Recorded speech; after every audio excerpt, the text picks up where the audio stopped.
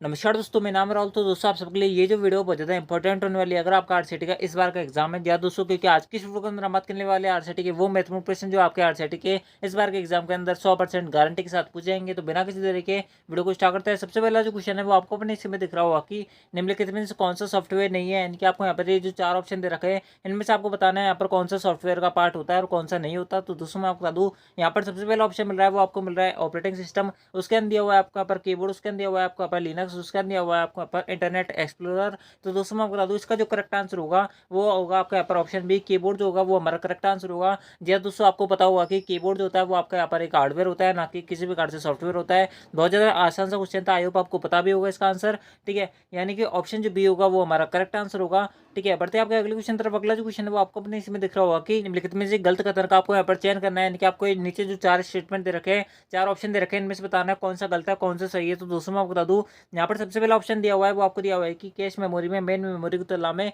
कम access समय लगता है। इनके उसको जो यहाँ पर वर्क करने में बहुत कम समय लगता है, बहुत जल्दी वो रिफ्रेश हो जाती है, वो आपका यहाँ पर कैश मेमोरी के अंदर होता है। तो दोस्तों, मैं बता दूं, ऑप्शन जो ए दिया हुआ है वो हमारा करेक्ट है। यानी कि स्टेटमेंट पहला जो दिया हुआ है वो तो हमारा करेक्ट है, लेकिन दोस्तों आपको यहाँ पर क्वेश्चन के अंदर बोला हुआ है कि गलत कथन का आपको यहाँ पर चयन करना है। यानी कि आपको सबसे जो गलत ऑप्शन दिया हुआ है वो आपको यहाँ पर चयन करना है। तो दोस्तों, ऑप्शन जो ए दिया हुआ है यानी कि स्टेटमेंट पहला दिया हुआ है वो तो हमारा करेक्ट है।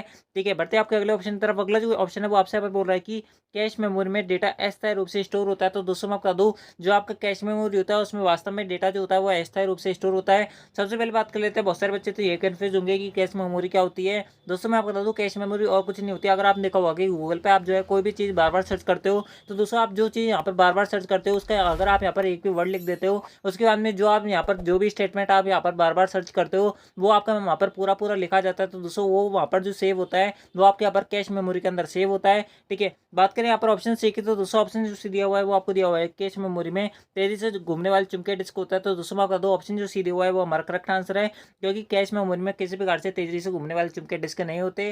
कैश मेमोरी तो आपकी क्या होती है, एक इंटरनल मेमोरी होती है, एक्सटर्नल मेमोरी नहीं होती। जो आपके यहाँ पर एक्सटर्नल मेमोरी होती है उसके अंदर आपके यहाँ पर चुंबकीय डिस्क पाए जाते हैं। यानी कि ऑप्शन जो सी दिया हुआ है वो हमारा करेक्ट आंसर है, इसके अंदर आपको यहाँ पर कोई दिक्कत नहीं आने वाली है। ठीक है, बढ़ते हैं आपके अगले क्वेश्चन तरफ। अगला जो क्वेश्चन है वो आपसे यहाँ पर बोल रहा है कि निम्नलिखित में से कौन सी वोल्टाइल मेमोरी का एक उदाहरण है। सबसे उपयुक्त विकल्प का आपको यहाँ पर चयन करना है। तो दोस्तों, मैं आपको बता दूं, वोल्टाइल मेमोरी कौन सी होती है। वोल्टाइल मेमोरी वो होती है यानी कि अस्थिर मेमोरी के अंदर आपसे यहाँ पर बोला जा रहा है कि कौन सी अस्थिर मेमोरी होती है। तो दोस्तों, मैं आपको बता दूं, आपकी जो रैम होती है वो आपके यहाँ पर क्या होती है, एक अस्थिर मेमोरी होती है। रैम की फुल फॉर्म आपसे पूछी जाती है, रैम की फुल फॉर्म होती है रैंडम एक्सेस मेमोरी। तो दोस्तों, बात करें यहाँ पर ऑप्शन की, तो दूसरा यहाँ पर सबसे पहला ऑप्शन मिल रहा है वो आपको मिल रहा है पीरो।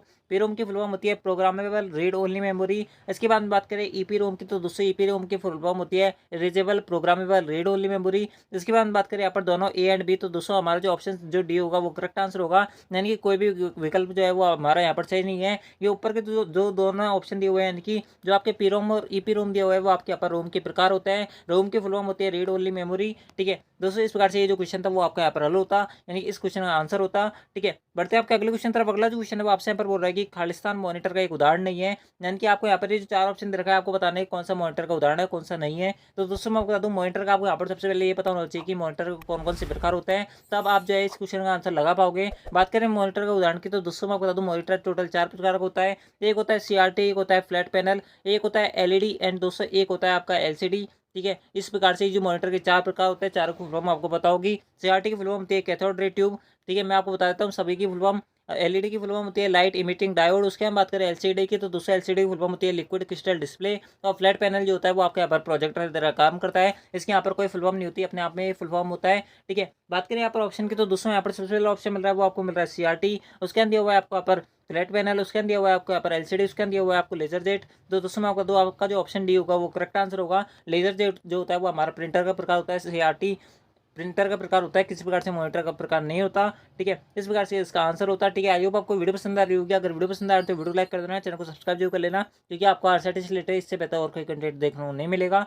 ठीक है, बढ़ते हैं आपके अगले क्वेश्चन तरफ। अगला जो क्वेश्चन है वो आपसे यहाँ पर बोल रहा है कि विंडोज 10 में खालिस्तान एक आवाज संचालित निजी सहायक है। यानी कि इनमें से कौन सा आपका यहाँ पर विंडोज 10 के अंदर आपको यहाँ पर पर्सनल असिस्टेंट के तौर पर मिलता है। तो दोस्तों, मैं आपको बता दूं, यहाँ पर सबसे पहला ऑप्शन मिल रहा है वो आपको मिल रहा है कोटाना। उसके अंदर दिया हुआ है आपका पर टास्क बार, उसके अंदर दिया हुआ है आपको माइक्रोसॉफ्ट एज, उसके अंदर दिया हुआ है आपको यहाँ पर विंडोज स्टोर।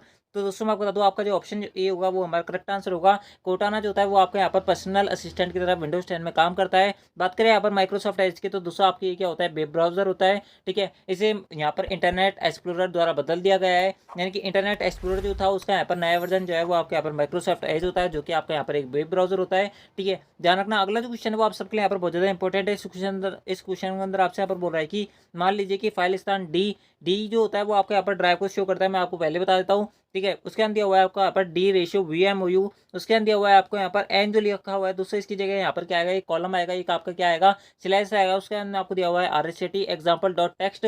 तो निम्नलिखित में से कौन सा आपको यहाँ पर गलत विकल्प का आपको यहाँ पर चयन करना है। यानी कि आपको इस फाइल के बारे में पता होना चाहिए कि आपका ये जो फाइल लिखी हुई है, यहाँ पर हर जो वर्ड लिखा हुआ है इसका क्या क्या मतलब होता है। अगर आपको ये पता है तो दोस्तों आप इसका आंसर लगा पाओगे। बात करें यहाँ पर डी का, तो दोस्तों मैंने आपको जैसे बताया डी जो होता है वो आपके यहाँ पर ड्राइव को शो करती है। बात करें यहाँ पर VMOU एंड, दोस्तों मैंने आपको बता रहा था कि आपके एन जो है वो आपके यहाँ पर नहीं है, ये गलती से टाइप हो गया है। यहाँ पर क्या आएगा, यहाँ पर आपका एक स्लैश आएगा, एक क्या आएगा, यहाँ पर भाग वाला चिन्ह आएगा। बात करें VMOU की, तो दोस्तों मैं आपको बता दूँ यहाँ पर ऐसे बोल रहा है कि VMOU नाम का आपका एक फोल्डर बना हुआ है, जिसके अंदर आपको यहाँ पर RCT का क्या नाम, RCT नाम की क्या मिली हुई है, एक फाइल मिली हुई है, जो कि आपकी टेक्स्ट फॉर्मेट की है, यानी कि जिसका एक्सटेंशन जो है वो आपका यहाँ पर टेक्स्ट है।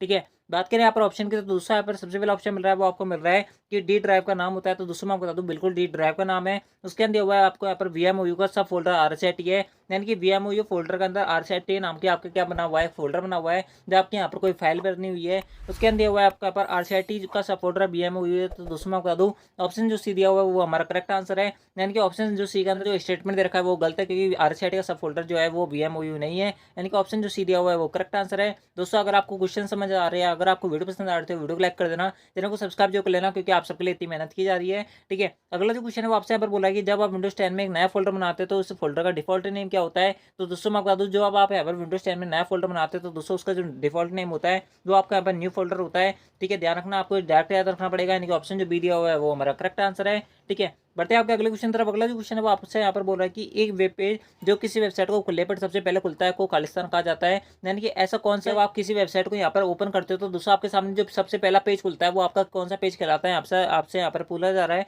तो दोस्तों मैं आपको बता दूं, यहाँ पर सबसे पहला ऑप्शन दिया हुआ है वो आपको दिया हुआ है हाउस पेज, उसके अंदर दिया है आपको यहाँ पर होम पेज, उसके अंदर दिया है आपको यहाँ पर पीडीए, उसके अंदर दिया हुआ है आपको यहाँ पर वायरस। तो दोस्तों मैं आपको बता दूं, आपका जो करेक्ट आंसर होगा वो होगा आपके यहाँ पर होम पेज। यानी कि ऑप्शन जो बी दिया हुआ है वो हमारा करेक्ट आंसर है। ठीक है दोस्तों, आपके ये सारे जो क्वेश्चन है वो आपको यहाँ पर डायरेक्ट याद रखना पड़ेगा, यहाँ पर कोई इलाज नहीं है। दोस्तों मैं आपको जितना हो सकता है मैं उतना क्वेश्चन को समझाने का ट्राई कर रहा हूँ। ठीक है, अगला जो क्वेश्चन है वो आपसे यहाँ पर बोल रहा है कि यदि अटैचमेंट फाइल 25 MB से अधिक आकार की है तो जीमेल का उपयोग करके ईमेल के साथ में एक अटैचमेंट फाइल भेजना चाहते हो तब। यानी कि आपसे इस क्वेश्चन अंदर ऐसे बोल रहा है कि अगर आपकी मान लो कोई गूगल के अंदर आप जो है किसी आदमी को मेल कर रहे हो दोस्तों, उस आपके पास जो फाइल है वो 25 MB से ज़्यादा की है। एंड दोस्तों आप जो है यहाँ पर आपको, अगर आपको पता हो तो दोस्तों मैं आपको बता दूँ, जीमेल के अंदर जो है आप यहाँ पर 25 MB से ऊपर की फाइल नहीं भेज सकते। अगर आप फिर भी वहाँ पर 25 MB से ऊपर की फाइल भेजना चाहते हो तो दोस्तों आप यहाँ पर किस प्रकार से 25 MB से ऊपर की फाइल भेज सकते हो। तो दोस्तों मैं आपको बता दूँ, अगर आपको यहाँ पर 25 MB से फाइल के ऊपर भेजनी है तो दोस्तों आपको यहाँ पर किसका इस्तेमाल करना पड़ेगा, गूगल ड्राइव लिंक का इस्तेमाल करना पड़ेगा। ठीक है, आपको ये जो यहाँ पर क्वेश्चन है वो आपका डायरेक्ट रखना पड़ेगा, गूगल ड्राइव लिंक का आप यहाँ पर उपयोग करते हो। दोस्तों अगर आपने इसको एक्चुअल में कभी यूज़ किया होगा दोस्तों आपको ये सारी चीज़ें पता होंगी। अगर आपको नहीं पता है तो दोस्तों आपको यहाँ पर याद रखना पड़ेगा।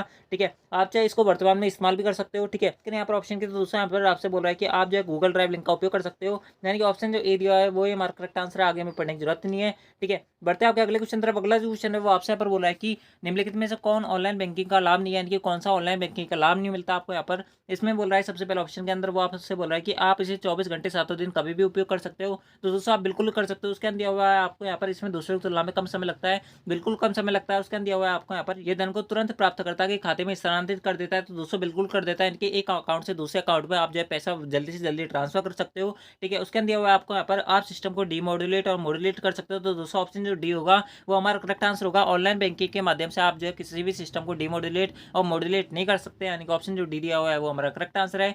ठीक है, बढ़ते हैं आपके अगले क्वेश्चन तरफ। अगला जो क्वेश्चन है वो आपसे यहाँ पर बोल रहा है कि यानी कि इस क्वेश्चन अंदर आपको यहाँ पर 2 कॉलम दे रखे हैं, आपको दोनों कॉलम को यहाँ पर मैच करना है। तो दोस्तों मैं बता दूं, यहाँ पर सबसे पहला कॉलम दिया हुआ है वो आपको दिया हुआ है कि क्रोम क्या होता है। तो दोस्तों अगर आप यहाँ पर चारों ऑप्शन के अंदर देखोगे तो दोस्तों ऑप्शन क्यू के अंदर पढ़ोगे, ये लिखा हुआ है कि क्रोम जो होता है वो आपका वेब ब्राउजर का उदाहरण होता है। दोस्तों बिल्कुल वेब ब्राउजर का उदाहरण होता है, यानी कि पहले का क्यू आएगा, पहले का का क्यू जो है वो आपको यहाँ पर कौन सा ऑप्शन के अंदर देखने को मिल रहा है। तो दोस्तों मैं आपको बता दूँ, आपको ऑप्शन ए जो है वो तो इसका इनकरेक्ट हो जाएगा, ऑप्शन बी और ऑप्शन डी के अंदर हमारा आंसर है दोस्तों ऑप्शन सी भी इनकरेक्ट है। तो इस प्रकार से अगर आपको यहाँ पर एक दो भी ऑप्शन आते होंगे तो दोस्तों आप इसका आंसर लगा पाओगे। ये सारे जो क्वेश्चन होते हैं ये सबसे ज़्यादा ईजी क्वेश्चन होता है। अगर आपको यहाँ पर दो भी आते होंगे तो दोस्तों आप इसका आंसर लगा पाओगे, ठीक है। उसके बाद में बात करें यहाँ पर ओटीपी की, तो दोस्तों मैं आपको बता दूँ ओटीपी की फुल फॉर्म आपसे पूछी जाती है। ओटीपी की फुल फॉर्म होती है वन टाइम पासवर्ड। उसके बाद में बात करें ओटीपी क्या होता है, तो दोस्तों आपने देखा होगा कि आप जो है कभी भी यहाँ पर ऑनलाइन पेमेंट वगैरह करते हो, शॉपिंग करते वक्त, तो दोस्तों आपके पास क्या आता है, ओटीपी आता है। तो दोस्तों ये क्या करता है कि ऑनलाइन लेन-देन में सुरक्षा के लिए अतिरिक्त प्रामाणिकता का क्या होता है कि यहाँ पर वर्जन होता है या फिर एक तरीका होता है कि आपका ये यहाँ पर एक सिक्योर ट्रांजेक्शन करवाने में यहाँ पर एक महत्वपूर्ण भूमिका निभाता है। यानी कि ऑप्शन बी का, यानी कि ऑप्शन दूसरे का यहाँ पर क्या आएगा, पी आएगा, पहले का क्यू, दूसरे का पी जो है वो आपको यहाँ पर ऑप्शन डी के अंदर मिल रहा है। ऑप्शन बी भी हमारा इनकरेक्ट हो जाएगा। बात करें यहाँ पर ऑप्शन की, तो दूसरा ऑप्शन जो डी होगा वो हमारा करेक्ट आंसर होगा, ठीक है। बढ़ते हैं आपके अगले क्वेश्चन तरफ। अगला जो क्वेश्चन है वो आपको अपने इसमें दिख रहा होगा कि पीओएस और यूपीआई का फुल फॉर्म क्या होता है। तो दोस्तों मैं आपको बता दूं पीओएस और यूपीआई का जो फुल फॉर्म होता है वो, तो दोस्तों मैं आपको बता दूं पीओएस और यूपीआई का फुल फॉर्म आपसे पूछा जा रहा है। पीओएस और यूपीआई का फुल फॉर्म मैं आपको डायरेक्ट बता देता हूं। इसकी फुल फॉर्म होती है पॉइंट ऑफ सेल। एंड दोस्तों बात करें यूपीआई की, तो दोस्तों मैं आपको बता दूं यूपीआई का फुल फॉर्म होता है यूनिफाइड पेमेंट इंटरफेस, ठीक है। आप इसको डायरेक्ट याद रखना। यूपीआई का फुल फॉर्म होता है यूनिफाइड पेमेंट इंटरफेस, पीओएस का फुल फॉर्म होता है point of sale. Point of sale क्या होता है मैं आपको बता दूं, पीओएस में से और कुछ नहीं होता है। आप जब मॉल वगैरह के अंदर अगर आपने कभी यहाँ पर खरीदारी की होगी तो दोस्तों आपने देखा होगा कि वहाँ पर credit card, ATM card swipe करने की जो मशीन होती है वो आपकी क्या कहलाती है, वो आपके वहाँ पर पीओएस मशीन कहलाती है, ठीक है। ध्यान रखना है। इनकी बात करें यहाँ पर ऑप्शन की, तो दोस्तों ऑप्शन ए के अंदर दिया हुआ है आपको यहाँ पर पॉइंट ऑफ स्केल, जो कि हमारा इनकरेक्ट हो जाएगा, आगे में पढ़ने की जरूरत नहीं है। बाद में दिया हुआ है आपको यहाँ पर पेमेंट ऑफ सेल, तो दोस्तों ये भी इसका इनकरेक्ट हो जाएगा। लेकिन दोस्तों ऑप्शन सी के अंदर पढ़ोगे, ऑप्शन सी जब आप यहाँ पर पढ़ोगे तो दोस्तों यहाँ पे लिखा हुआ है पॉइंट ऑफ सेल, जो कि हमारा करेक्ट है। उसके अंदर दिया हुआ है आपका पास यूनिफाइड पेमेंट इंटरफेस, जो भी हमारा करेक्ट है। यानी कि ऑप्शन जो सी दिया हुआ है वो हमारा करेक्ट आंसर होगा, ठीक है। इस प्रकार से आप जो है यहाँ पर आंसर लगा पाओगे। बात करें यहाँ पर अगला जो क्वेश्चन है वो आपको अपने इसमें दिख रहा होगा कि एमओसी पोर्टल का उदाहरण है, यानी कि एमओसी का यहाँ पर कौन सा उदाहरण होता है। तो दोस्तों मैं आपको बता दूँ एमओसी की फुल फॉर्म होती है मैसिव ओपन ऑनलाइन कोर्सेज, ठीक है। आप इसको ध्यान रखना, मैसिव ओपन ऑनलाइन कोर्सेज जो होती है वो उसकी फुल फॉर्म होती है। बात करें इसके उदाहरण की, तो दोस्तों मैं आपको बता दूँ ये आपके एजुकेशन से रिलेटेड क्या होता है, एक पोर्टल होता है। बात करें यहाँ पर ऑप्शन की, तो दोस्तों आपको पता होगा कि बी में इसका आंसर हो नहीं सकता, ट्विटर भी आंसर नहीं होगा, एमएस वर्ड भी नहीं होगा। यानी कि ऑप्शन जो ए दिया हुआ है उदय सिटी जो होगा उसका करेक्ट आंसर होगा। यानी कि ऑप्शन जो ए है वो करेक्ट आंसर है, ठीक है। बढ़ते हैं आपके अगले क्वेश्चन तरफ। अगला जो क्वेश्चन है वो आप सबके लिए यहाँ पर बहुत ज़्यादा सीधा और बहुत ज़्यादा ईजी क्वेश्चन है। इस प्रश्न के अंदर आपसे यहाँ पर बोला जा रहा है कि निम्नलिखित में से कौन सी जानकारी आधार कार्ड से संबंधित नहीं है। यानी कि इनमें से कौन सी जो चीज़ है वो आपको यहाँ पर आधार कार्ड के अंदर देखने को नहीं मिलती। तो दोस्तों आप जो है अपना आधार कार्ड उठाना, उसके अंदर आपको खुद का नाम भी मिलेगा, फोटो भी मिलेगी, आइरिस स्कैन भी मिलेगा। आइरिस स्कैन क्या होता है, जब आपने आधार कार्ड वगैरह बनवाया होगा दोस्तों वहाँ पर आपके फिंगरप्रिंट लिए होंगे, आपके आंखों का स्कैन क्या होगा वो आपका आइरिस स्कैन होता है। इसके बाद में सीवीवी नंबर आपको देखने को नहीं मिलता। सीवीवी नंबर किसमें मिलता है मैं आपको बता दूँ, सीवीवी नंबर जो होता है वो आपके एटीएम कार्ड, क्रेडिट कार्ड वगैरह के पीछे मिलता है। सीवीवी की फुल फॉर्म होती है कार्ड वैल्यू वेरिफिकेशन, ठीक है। दोस्तों मेरे से जितने भी यहाँ पर एक्सप्लेनेशन बन सकते हैं इतने कम टाइम में मैं आपको देने का ट्राई कर रहा हूँ। एंड दोस्तों इसके साथ मैं आपसे यहाँ पर आशा भी करता हूँ कि आप जो है इस वीडियो को लाइक करते चल रहे होंगे। अगर आपको वीडियो पसंद आ रही है तो वीडियो को लाइक कर देना। आप जैसे और भी भाई बहन जिनका आरसीटी का इस बार का एग्जाम है या फिर उनका एग्जाम होने वाला है, उन सब के लिए ये जो क्लास है वहाँ पर ये प्रेफर की जाएगी, यानी कि उनको रिकमेंड की जाएगी ताकि उनको अच्छी से अच्छी नॉलेज बहुत कम समय में मिल सके, ठीक है दोस्तों। इसलिए आप जो है वीडियो को लाइक कर देना, इससे हमें कोई पैसा नहीं मिल रहा है, ठीक है। ये बात भी आप ध्यान रखना। बहुत सारे बच्चे को ऐसा लगता है कि हमें इनसे पैसा मिल रहा है, तो दोस्तों मैं आपको बता दूँ हमें इससे कोई पैसा नहीं मिलता, ठीक है। बढ़ते हैं आपके अगले क्वेश्चन तरफ। अगला जो क्वेश्चन है वो आपसे यहाँ पर बोल रहा है कि एनएसडीएल वेबसाइट का मुख्य रूप से संबंधित है। तो दोस्तों मैं आपको बता दूं एनएसडीएल वेबसाइट आपको कभी भी कहीं भी दिख जाए तो दोस्तों आपको यहाँ पर ऑप्शन के अंदर आपको यहाँ पर एक ही नाम ढूंढना है, वो ढूंढना है आपको पैन कार्ड। पैन कार्ड से रिलेटेड जो भी आपका काम होता है वो सारा एनएसडीएल वेबसाइट पर होता है, ठीक है। ये बात ध्यान रखना। बात करें यहाँ पर मतदाता से रिलेटेड, तो दोस्तों मैं आपको बता दूं मतदाता से रिलेटेड जो वेबसाइट होती है वो आपके यहाँ पर एनवीएस भी होती है, नेशनल वोटर सर्विसेज पोर्टल इसकी फुल फॉर्म होती है। आधार कार्ड से संबंधित जो वेबसाइट होती है वो आपके यहाँ पर यूआईडीएआई वेबसाइट होती है, यानी कि unique identification authority of India इसकी फुल फॉर्म होती है। जिस प्रकार से आपकी ये जो वेबसाइट है वो आपके यहाँ पर काम करती है। बात करें यहाँ पर ऑप्शन की, तो दूसरा ऑप्शन जो ए था वो हमारा करेक्ट आंसर था। जिन भी भाई बहनों ने ऑप्शन ए दिया था उन सबका करेक्ट है, ठीक है। बढ़ते हैं आपके 16वें प्रश्न की तरफ। 16वां जो प्रश्न है वो आपसे यहाँ पर बोल रहा है कि खालिस्तान मोबाइल ऑपरेटिंग सिस्टम का एक उदाहरण है, यानी कि मोबाइल ओएस यहाँ पर कौन सा दिया हुआ है वो आपसे यहाँ पर बोल रहा है। तो दोस्तों मैं बता दूं आपको यहाँ पर दिया हुआ है विंडोज 98, उसके अंदर दिया हुआ है आपका यहाँ पर एंड्रॉइड ऑपरेटिंग सिस्टम, उसके अंदर दिया हुआ है आपका पर मिंट ऑपरेटिंग सिस्टम, उसके अंदर दिया हुआ है आपका पर एमएस वर्ड। तो दोस्तों मैं बता दूं आपका जो ऑप्शन बी होगा वो करेक्ट आंसर होगा। एंड्रॉइड ऑपरेटिंग सिस्टम जो होता है वो हमारा क्या होता है, एक ऑपरेटिंग सिस्टम होता है जो कि आपका मोबाइल ओएस होता है, यानी कि ऑप्शन जो बी होगा वो हमारा करेक्ट आंसर होगा। दोस्तों मैं आपकी इस बात की भी गारंटी देता हूँ कि आप जो है वर्तमान में जिस फोन से इस वीडियो को देख रहे होंगे वो 99% के इसके अंदर एक एंड्रॉइड मोबाइल होगा, यानी कि उसके अंदर एंड्रॉइड मोबाइल ऑपरेटिंग सिस्टम होगा, ठीक है। बढ़ते हैं आपके अगले क्वेश्चन तरफ। अगला जो क्वेश्चन है बहुत ज्यादा सीधा क्वेश्चन है। इस क्वेश्चन के अंदर आपसे बोल रहा है कि गूगल मैप्स का उपयोग क्या होता है। दोस्तों आपको पता होगा गूगल मैप किस काम में आता है। मैं आपको यहाँ पर ऑप्शन बता देता हूँ। ऑप्शन दिया हुआ है आपको यहाँ पर स्थान पता लगाने के लिए इसका इस्तेमाल किया जाता है। उसके अंदर दिया हुआ है आपको यहाँ पर मोबाइलों के बीच फाइलों का साझा करने के लिए इसका इस्तेमाल किया जाता है। मेल पढ़ने के लिए इसका इस्तेमाल किया जाता है? मोबाइल एप्लीकेशन इंस्टॉल करने के लिए इसका इस्तेमाल किया जाता है। दोस्तों आप जो है इसका आंसर हमें कमेंट बॉक्स में बताओ, आपको इसका आंसर पता होगा, ठीक है। बढ़ते हैं आपके अगले प्रश्न की तरफ। अगला जो प्रश्न है वो आपसे यहाँ पर बोल रहा है कि खालिस्तान एंड्रॉइड डिवाइस में स्क्रीन लॉक विकल्पों में से एक होता है, यानी कि आपको यहाँ पर अपना जो मोबाइल होता है एंड्रॉइड टच वाला जो आपका मोबाइल होता है, इसके अंदर आपको यहाँ पर कौन से स्क्रीन लॉक आपको यहाँ पर देखने को मिल जाते हैं। तो दोस्तों मैं आपको बता दूं, ब्राउजर आपका किसी प्रकार से देखने को नहीं मिलता, यूसी ब्राउजर पे भी नहीं मिलता, हॉटस्पॉट में नहीं मिलता, लेकिन दोस्तों आपको स्वैप वाला जो है स्क्रीन लॉक देखने को मिलता है। बहुत सारे बच्चों को ये नहीं पता है कि स्वैप वाला स्क्रीन लॉक कौन सा होता है। तो दोस्तों आप जो है अपने पेरेंट्स का आपके पास जो मोबाइल होगा उसको देखना कि आप जैसे स्क्रीन पर जैसे आप यहाँ पर ऊपर करते हो उसके बाद में आपका जो स्क्रीन लॉक है वो खुल जाता है। तो दोस्तों वो आपका यहाँ पर कौन सा स्क्रीन लॉक कहलाता है, वो आपका यहाँ पर स्वैप स्क्रीन लॉक कहलाता है। यानी कि ऑप्शन जो डी दिया हुआ है वो हमारा करेक्ट आंसर है, ठीक है। बढ़ते हैं आपके अगले प्रश्न की तरफ। अगला जो प्रश्न है वो आपसे पर बोल रहा है कि एमएस वर्ड 2010 में खालिस्तान कुंजी कर्सर के बाएं ओर के अक्षर को मिटा देता है और खालिस्तान कुंजी कर्सर के दाईं ओर के अक्षर को मिटा देता है। तो दोस्तों आपको यहाँ पर ऐसे बोला है कि ऐसी कौन सी की है जिसके माध्यम से आप जो है लेफ्ट हैंड वाला अक्षर, लेफ्ट हैंड वाला वर्ड और राइट हैंड वाला वर्ड मिटा पाते हो। तो दोस्तों मैं आपको बता दूं, जिस प्रकार से मैं आपको इस प्रकार से इस क्वेश्चन को समझा सकते हो आपकी, जिस प्रकार से मेरा नाम राहुल है एंड दोस्तों मैं चाहता हूँ कि एच वाला ए इधर से मिट जाए एंड दोस्तों एच वाला यू जो है वो आपके यहाँ पर मिट जाए। तो दोस्तों मैं आपको बता दूं, अगर आपका एच पर कर्सर है एंड दोस्तों आप चाहते हो कि ए मिट जाए, तो दोस्तों आपको यहाँ पर बैक स्पेस दबाना पड़ेगा। इसी साथ में आप यहाँ पर चाहते हो कि यू मिट जाए, तो दोस्तों आपको यहाँ पर डिलीट की दबानी पड़ेगी, ठीक है। ध्यान रखना, लेफ्ट हैंड वाला अगर आपको हटाना है तो दोस्तों आपको बैक स्पेस और राइट हैंड वाला हटाना है तो दोस्तों आपको यहाँ पर डिलीट की दबानी पड़ेगी। बात करें यहाँ पर ऑप्शन की, तो दोस्तों ऑप्शन दिया हुआ है डिलीट और बैक स्पेस, लेकिन दोस्तों मैं आपको बता दूं, आपसे यहाँ पर क्वेश्चन के अंदर बोल रहा है कि आपको बाएं ओर का अक्षर को मिटाना है, लेफ्ट हैंड वाला मिटाना है। तो दोस्तों मैं आपको बता दूं, आप लोग को लेफ्ट हैंड मिटाने के लिए बैक स्पेस दबाना पड़ेगा। ऑप्शन जो ए है वो हमारा इनकरेक्ट हो जाता है, कंट्रोल ऑल्ट का कोई काम ही नहीं होता है। यहाँ पर बात करें ऑप्शन की, तो दूसरा ऑप्शन जो सी होगा वो हमारा करेक्ट आंसर होगा, ठीक है। आई होप आपको क्लियर हुआ होगा, ठीक है। बढ़ते आपके अगले प्रश्न की तरफ। अगला जो प्रश्न है वो आपसे पर बोल रहा है कि एमएस वर्ड 2010 में फॉर्मेट पेंटर की शॉर्टकट की क्या होती है। तो दोस्तों मैं आपको बता दूं, फॉर्मेट पेंटर की शॉर्टकट की होती है वो आपके यहाँ पर होती है कंट्रोल शिफ्ट प्लस सी। क्या होती है? कंट्रोल शिफ्ट प्लस सी इसकी शॉर्टकट की होती है। बात करें यहाँ पर ऑप्शन की, तो दूसरा ऑप्शन जो ए दिया हुआ है वो दिया हुआ है आपका पर कंट्रोल ऑल्ट प्लस सी, उसके अंदर दिया हुआ है आपका पर कंट्रोल शिफ्ट प्लस सी, जो कि हमारा करेक्ट आंसर होगा, यानी कि ऑप्शन जो बी है वो हमारा करेक्ट आंसर है। बढ़ते हैं आपके अगले क्वेश्चन तरफ। अगला जो क्वेश्चन है वो आपसे यहाँ पर बोल रहा है कि एमएस वर्ड 2010 में सम्मिलित हाइपरलिंक को कैसे खोलना चाहिए। यानी कि आपने यहाँ पर एमएस वर्ड के अंदर कोई हाइपरलिंक इंसर्ट किया है, दोस्तों आप जो है वहाँ पर उसको ओपन करना चाहते हो, तो दोस्तों आप इसको कैसे ओपन कर सकते हो। तो दोस्तों मैं आपको बता दूं, अगर आपको यहाँ पर हाइपरलिंक खोल लिया तो दोस्तों आपको यहाँ पर कंट्रोल को होल्ड करके रखना पड़ेगा, उसके बाद में उस हाइपरलिंक को क्लिक करना पड़ेगा। क्लिक करने के बाद में आपकी जो हाइपरलिंक है वो ओपन हो जाएगी। एंड दोस्तों आप जो है कमेंट बॉक्स में बताओ कि हाइपरलिंक की जो शॉर्टकट की होती है वो क्या होती है, ठीक है। एंड दोस्तों अगर आपको नहीं पता तो दोस्तों आपको शॉर्टकट की वाली वीडियो देख लेना, उसके अंदर से आप प्लस जो प्रश्न है वो आपके यहाँ पर गारंटी पूछे जाएंगे। तो दोस्तों अगर आपने उस वीडियो को नहीं देखा तो उस वीडियो को देख लेना, ठीक है। बात करें यहाँ पर ऑप्शन की, तो दूसरा ऑप्शन ए दिया हुआ है वो आपको दिया हुआ है केवल हाइपरलिंक पर क्लिक करके। तो दूसरा ऑप्शन जो ए दिया हुआ है वो इनकरेक्ट है, उसके अंदर दिया हुआ है आपको यहाँ पर ऑल्ट कुंजी को दबाया, उसके अंदर दिया हुआ है आपको फिर हाइपरलिंक पर क्लिक करे, वो भी हमारा इनकरेक्ट हो जाएगा। उसके बाद दिया हुआ है आपको यहाँ पर शिफ्ट कुंजी को दबाया, उसके अंदर दिया हुआ है हाइपरलिंक पर क्लिक करे, जो भी हमारा इनकरेक्ट हो जाएगा। लेकिन दोस्तों ऑप्शन डी के अंदर पढ़ोगे तो दूसरा अवर लिखा हुआ है कि कंट्रोल को दबाया एंड दोस्तों फिर हाइपरलिंक पे क्लिक करें, जो कि हमारा करेक्ट आंसर होगा, यानी कि ऑप्शन डी दिया है वो हमारा करेक्ट आंसर है,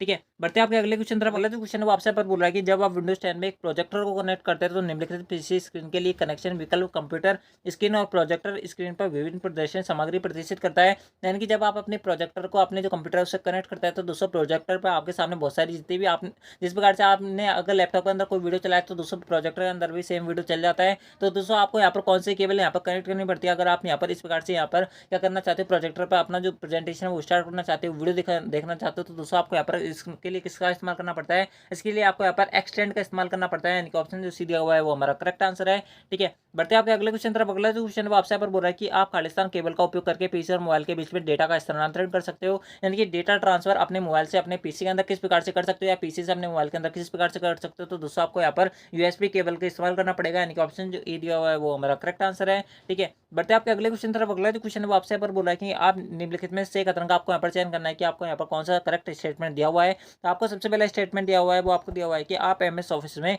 दस्तावेज को यानी कि डॉक्यूमेंट को पीडीएफ के प्रारूप के अंदर यानी कि पीडीएफ फॉर्मेट के अंदर सेव कर सकते हो। तो दोस्तों बिल्कुल कर सकते हो, यानी कि ऑप्शन जो ए दिया हुआ है वही हमारा करेक्ट आंसर है, आगे हमें पढ़ने की जरूरत ही नहीं है, ठीक है। बाकी आप पढ़ सकते हो, इसके अंदर आपको यहाँ पर कोई दिक्कत आने वाली नहीं है। अगला जो क्वेश्चन दिया हुआ आपसे यहाँ पर बोल रहा है कि खालिस्तान एमएस वर्ड 2010 में एक प्रकार का पैराग्राफ अलाइनमेंट है। तो दोस्तों मैं आपको बता दूं, एक प्रकार का जो पैराग्राफ अलाइनमेंट होता है वो आपका यहाँ पर पोर्ट्रेट होता है, जस्टिफाई होता है, इटैलिक होता है, एंडेट होता है। तो दोस्तों मैं आपको बता दूं इसका जो करेक्ट आंसर होगा वो आपका यहाँ पर बी होगा, यानी कि जस्टिफाई जो होगा वो हमारा करेक्ट आंसर होगा, ठीक है। बढ़ते हैं आपके अगले प्रश्न की तरफ। अगला जो प्रश्न है वो आपसे यहाँ पर बोल रहा है कि एमएस एक्सेल 2010 में यदि आप किसी सेल की सामग्री में एक फॉर्मूला लागू करते हैं और परिणाम जो है वो हैज प्रदर्शित होता है तो दोस्तों इसका क्या मतलब होता है। तो दोस्तों मैं आपको बता दूं, अगर आपने जिस प्रकार से आपके पास ये मानो कि आपके पास MS एक्सेल की कोई शीट खुली हुई है एंड दोस्तों आपने जो है यहाँ पर कोई फॉर्मूला लगाया है। दोस्तों फॉर्मूला लगाने के बाद में आपको उस सेल के अंदर क्या दिखाई दे रहा है, हैज प्रदर्शित हो रहा है। तो दोस्तों इसका मतलब ये होता है कि आपने जो फॉर्मूला लगाया उसका यहाँ पर लॉजिक ही गलत है। यानी कि ऑप्शन जो बात करें यहाँ पर ऑप्शन की, तो दूसरा ऑप्शन जो ए दिया हुआ है वो आपको दिया हुआ है कि आप गलत फॉर्मूला लगा रहे हैं।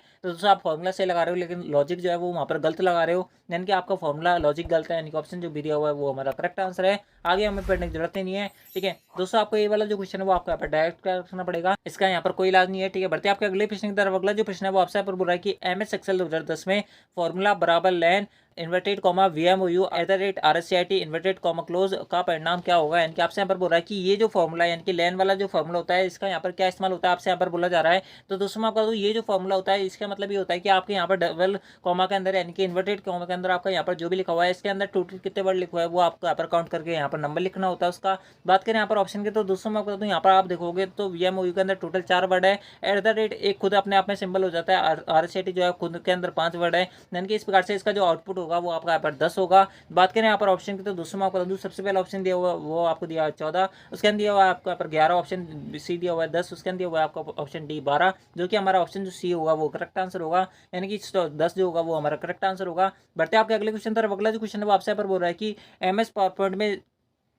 MS पावर पॉइंट 2010 में स्लाइड ट्रांजिशन और एनिमेशन इफेक्ट के बीच में क्या अंतर होता है। तो दोस्तों मैं आपको बता दूं स्लाइड ट्रांजिशन जो होता है वो एक स्लाइड पे लागू होता है, जो कि पूरी स्लाइड पे लागू होता है। यानी कि एक स्लाइड से दूसरी स्लाइड पे जब जंप करते हैं तो दोस्तों उसके बीच में जो इफेक्ट आता है वो स्लाइड ट्रांजिशन कहलाता है। जबकि एनिमेशन इफेक्ट यानी कि किसी भी एक स्लाइड के बीच में अगर आपने यहाँ पर कोई इमेज इंसर्ट करा दिया वो आपको क्या कहलाता है, वो आपके यहाँ पर एनिमेशन इफेक्ट कहलाते हैं। यानी कि स्लाइड ट्रांजिशन जो होते हैं वो पूरी स्लाइड पर लागू होता है, जबकि एनिमेशन इफेक्ट जो होता है किसी भी एक स्लाइड पर लागू होता है। बात करें यहाँ पर ऑप्शन की, तो दोस्तों आपको यहाँ पर सबसे पहला ऑप्शन मिल रहा है वो आपको मिल रहा है कि स्लाइड ट्रांजिशन पूरी स्लाइड पर लागू होता है। तो बिल्कुल होता है, उसके अंदर हुआ है आपका यहाँ पर। जबकि एक स्लाइड पर ऑब्जेक्ट पार्ट आकृति चित्र यानी कि कोई भी आप जो यहाँ पर टेक्स्ट डालना चाहते हो, आकृति यानी कि कोई शेप डालना चाहते हो, चित्र यानी कि कोई इमेज डालना चाहते हो, तो दोस्तों उस पर एनिमेशन प्रभाव लागू होता है। तो दोस्तों ऑप्शन जो ए दिया हुआ है वो हमारा करेक्ट आंसर है। आगे मैं पढ़ने की जरूरत नहीं है, आगे मैं पढ़ूंगा तो दोस्तों ऑप्शन थोड़े लंबे लंबे है, जिसके कारण से ये जो वीडियो वो और लंबा हो जाएगा। तो इस कारण से मैं आपको यहाँ पर ज्यादा टाइम बर्बाद नहीं करना चाहता। अगला जो क्वेश्चन है वो आपसे पर बोला है कि HDMI का पूर्ण रूप क्या होता है। तो दोस्तों मैं आपको बता दूं HDMI और BGA केबल आपसे यहाँ पर 2 पूछी जाती है। दोनों केबल जो होती है वो आपके यहाँ पर कंप्यूटर को प्रोजेक्टर से कनेक्ट करने का काम आती है। बात करें इनके फुल फॉर्म की, तो दोस्तों मैं आपको बता दूं इसका जो फुल फॉर्म होता है वो होता है आपका यहाँ पर high definition multimedia interface. BGA का फुल फॉर्म होता है वीडियो ग्राफिक्स एरे। मैंने आपको दोनों फुल फॉर्म बता दिए, दोनों में से आपसे यहाँ पर कोई भी पूछी जा सकती है, आप जो है दोनों को यहाँ पर लिख के रखना। बात करें यहाँ पर फुल फॉर्म की, तो दोस्तों HDMI की फुल फॉर्म जैसे मैंने आपको बताया इसका फुल फॉर्म होती है हाई डेफिनेशन मल्टीमीडिया इंटरफेस। बात करें यहाँ पर ऑप्शन की, तो दोस्तों यहाँ पर आपको सबसे पहला ऑप्शन मिल रहा है वो आपको मिल रहा है हाई डायमेंशन मल्टीमीडिया इंटरफेस, जो कि हमारा इनकरेक्ट होगा क्योंकि यहाँ पर डायमेंशन लिखा हुआ है, डेफिनेशन नहीं लिखा हुआ। उसके अंदर हुआ है आपका पर ह्यूज डेफिनेशन मल्टीमीडिया इंटरफेस। दोस्तों ये भी इनकरेक्ट होगा क्योंकि आपका यहाँ पर ह्यूज लिखा हुआ है, हाई नहीं लिखा हुआ। बात करें यहाँ पर ऑप्शन सी के, तो दोस्तों ऑप्शन सी के अंदर लिखा हुआ है कि हाई डेफिनेशन मल्टीमीडिया इंटरफेस, जो कि हमारा करेक्ट आंसर होगा। यानी कि ऑप्शन जो सी दिया हुआ है वो हमारा करेक्ट आंसर है।